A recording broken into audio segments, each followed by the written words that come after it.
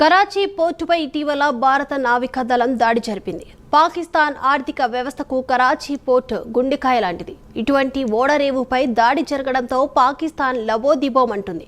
దాదాపు 51 సంవత్సరాల తర్వాత కరాచీ ఓడరేవుపై దాడి జరిగింది. అయితే ఈ మొత్తం ఎపిసోడ్పై కొంత గందరగోళం నెలకొంది. ఇందుకు సంబంధించి భారత ప్రభుత్వం అధికారికంగా ఎటువంటి ప్రకటన చేయలేదు.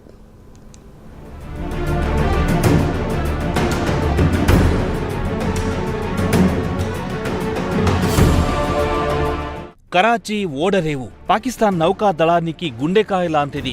పాకిస్తాన్ ఆర్థిక వ్యవస్థలో కరాచీ ఓడరేవుకు ఒక ప్రత్యేక స్థానం ఉంది. భారత భద్రతా బలగాలు ఇటీవల ఈ ఓడరేవుపై దాడి జరిపినట్టు వార్తా కథనాలొచ్చాయి. పాకిస్తాన్ దాడులకు ప్రతిగా భారత్ కూడా ప్రతీకార దాడులు చేస్తున్న సంగతి తెలిసిందే.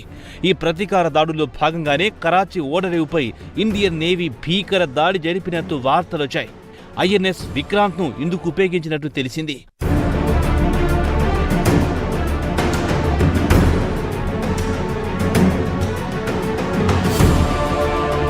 వాస్తవానికి కరాచీ ఓడరేవుతో భారత నౌకాదళానికి పాత ఎనిమిటి ఉంది. 1971లో భారత్ పాకిస్తాన్ మధ్య యుద్ధం జరిగిన సంగతి తెలిసిందే.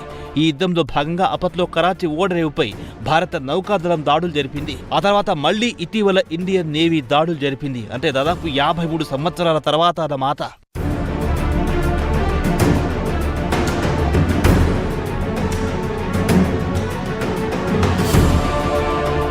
పహల్గాం దారుణ మారణ కాండకు ప్రతీకారంగా భారతదేశం ఆపరేషన్ సింధూర్ను ప్రారంభించింది. అయితే ఆపరేషన్ సింధూర్లో కేవలం పాకిస్తాన్, అలాగే పాకిస్తాన్ ఆక్రమిత కాశ్మీర్లోని 9 ఉగ్రవాద స్థావరాలను కేంద్రంగా చేసుకుని క్షిపణి దాడులు చేసింది ఇండియన్ ఆర్మీ.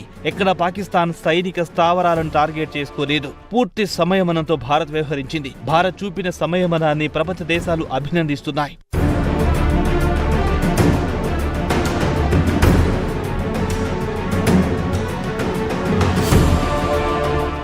ఇదిలా ఉంటే అసలు కరాచీ ఓడరేవుపై దాడి నిజంగా జరిగిందా అనే అనుమానాలొచ్చాయి.